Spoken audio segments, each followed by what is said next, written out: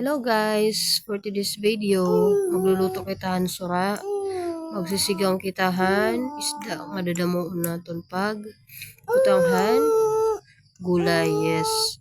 Kailangan kuhan gulay kay wala yung peta akong pinamamati, nagsinaro ko lagap ako, mag 1 week na, kailangan kong sabaw para makabalik ang kusog.